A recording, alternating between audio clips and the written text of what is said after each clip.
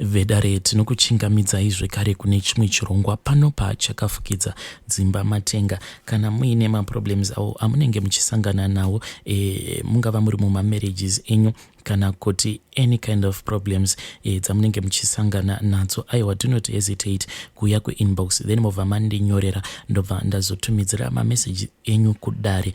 Zvekare tichange tichizopostawo pano maadvices acho atinenge tatumidzirwa neavo vatindoshandidzana navo kuchannel yedu yeChakafukidza Dzimba Matenga.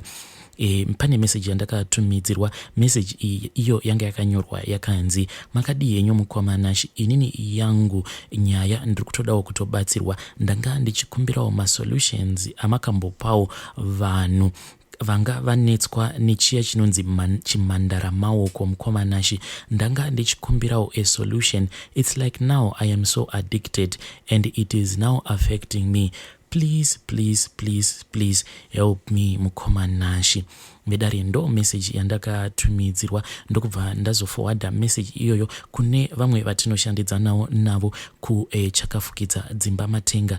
Regai tinzwe mhinduro iyo yavakatipa. Ndinokuchingamidzai kwamuri kwose vateereri vedu veChakafukidza Dzimba Matenga.